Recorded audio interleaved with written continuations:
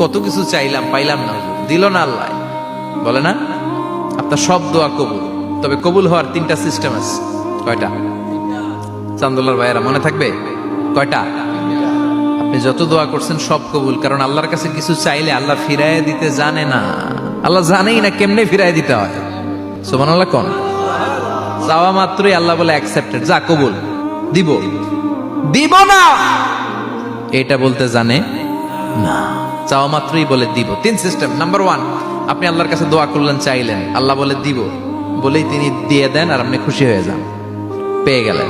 Number 2, আপনি আল্লাহর কাছে দোয়া করলেন, চাইলেন, তখনও আল্লাহ বলে দিব, তবে এখন না, সবুর, একটু পরে দিব। কখন দিলে আমার জন্য ভালো, আমার চেয়েও ভালো জানে কে, পরে দিবে।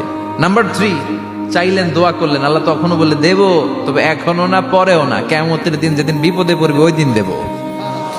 যেদিন তোর বাবা তোরে চিনবে না, তোর মা তোরে চিনবে না, বন্ধু বন্ধুরে চিনবে না, পীর সাহেব মুরিদরে চিনবে না, মুরিদ পীর সাহেবরে চিনবে না, ইমাম সাহেব মুসল্লিরে চিনবে না, মুসল্লি ইমাম সাহেবরে চিনবে না, কেউ কাউরে চিনবে না। ওই কঠিন দিনে তোরে আমি বাঁচাইয়া দেব।